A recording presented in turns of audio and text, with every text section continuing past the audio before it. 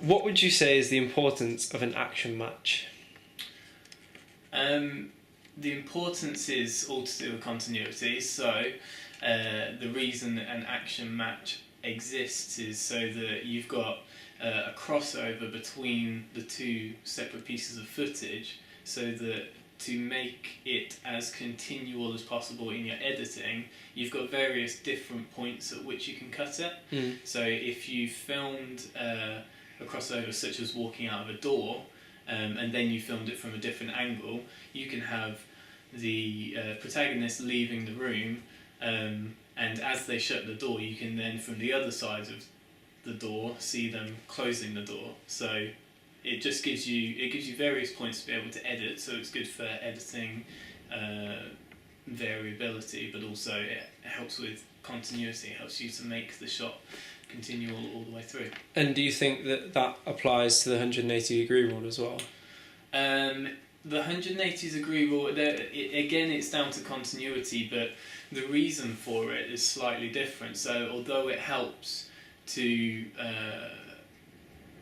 with editing, it makes things a bit easier for the editor, I'd actually say that the 180 degree rule is more helpful to a viewer when they're looking at your end product, because if you watch something that doesn't observe the 180 degree rule effectively, it can confuse your mind. It makes you think a person is facing something different to what they're facing, or it can make you think that they've all flipped into some kind of parallel universe or something like that. It's really strange, but it just doesn't look right in your mind because of the way you would expect the shots to continue through. So it's really important in terms of continuity, but I'd say it's more specific to the viewer. So it's almost like a cadence in music, kind of. Yeah, effectively, yeah. It's all to do with the viewer or the listener having that resolve that they need as a human, because it's what's normal. It's like, doesn't break normality. Okay. What is the importance of a shot reverse shot? The importance is to show, well, you can use it to show reactions and response, but more importantly, it shows that there's a dialogue going between two different characters. And when I say dialogue, I don't necessarily mean a verbal dialogue that you're actually hearing audibly. It shows kind of an interaction between two people. It can even be as much as an evil glare that tells a million words without actually ever having any audio attached to it. Right. Why are these skills so crucial to a film? To a film, they're crucial because a film is made up of various different components, and at some point there needs to be interaction between two things.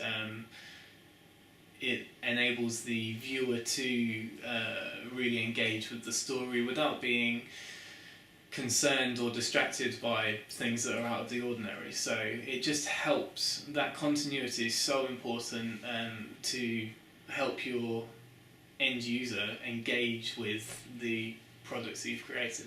They're used throughout any genre of film, but for our particular one, social realism, why do you think these skills could be particularly important?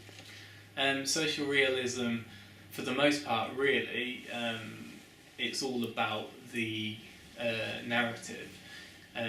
When it comes to narrative, these skills are particularly useful because you have a lot of interaction between characters.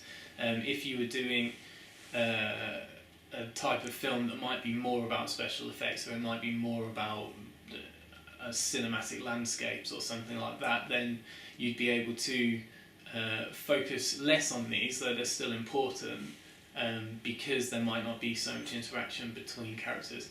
Again, it all comes down to continuity, and that continuity is so crucial in social realism because it enables the user to engage with the product, but more specifically because you have that interaction between people more so in a piece of social realism than you would in, I don't know, something like, I don't know.